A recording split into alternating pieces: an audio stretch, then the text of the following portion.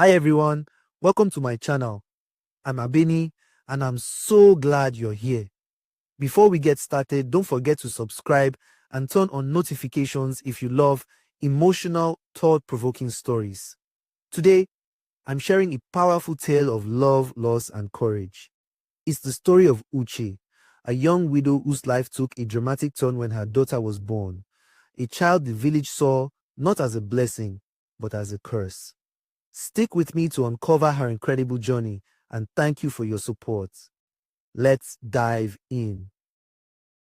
My name is Uche and I was just 19 when I gave birth to my daughter. 19 and already a widow. My husband Chike had died only months before in a hunting accident. Through my pregnancy, I carried the weight of grief, clinging to the fragile hope that this child would give me something to live for, something to hold on to. The labor was long and agonizing, but when the midwife finally placed my baby in my arms, the pain melted away. I was ready to see the tiny life I had nurtured for months, but as I looked down at her, the room grew quiet, too quiet. The midwife's hands trembled as she wrapped my daughter in a cloth, staring at her as though she had seen a spirit. "Why are you looking at her like that?" I asked, my voice weak from exhaustion. The midwife hesitated before handing her to me. My heart stopped when I saw her. Her skin was as pale as fresh milk, her hair a soft golden color that caught the dim light of the oil lamp. Her eyes, when she blinked them open, were a strange amber hue, glowing like the sun breaking through clouds.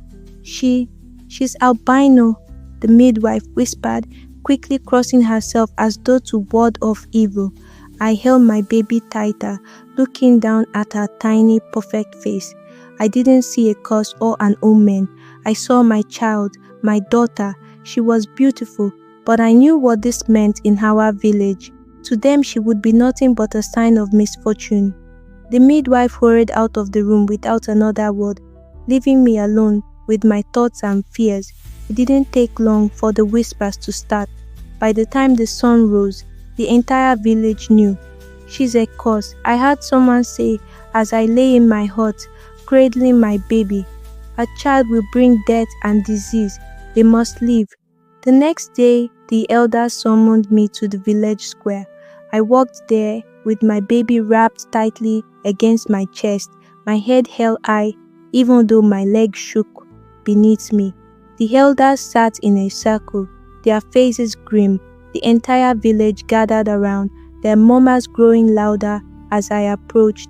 Chief Adisa, the eldest of the council, looked at me with pity and something darker, fear. "Uche," he began, his voice heavy, "your child is a bad omen. Albinos bring misfortune to the land. If she stays, the gods will punish us all." "She is not a curse," I said, my voice trembling. "She is my daughter." Chief Edisa shook his head. "It doesn't matter. Your presence is dangerous. You must take her away." I clutched my baby tighter, my heart breaking. They wanted me to leave the only home I had ever known, to abandon the community that had once been my family. As I turned to leave, the whispers followed me. But it was not the words of the villagers that haunted me the most. It was the look in their eyes, the hatred, the fear, the suspicion. That night, as I lay in my hut, staring at my daughter's peaceful face, I made a vow. I would protect her at all costs, no matter what it took. But later that night, as the village slept, I heard voices outside my hut, low, hushed voices filled with malice. "She's an abomination," one man whispered. "The gods will only be appeased if we sacrifice her." My blood ran cold. Thank you very much for watching. Please watch out for part 2 of the story. Please guys, I am pleading with you, help me grow my channel by subscribing. I appreciate your support. See you next time.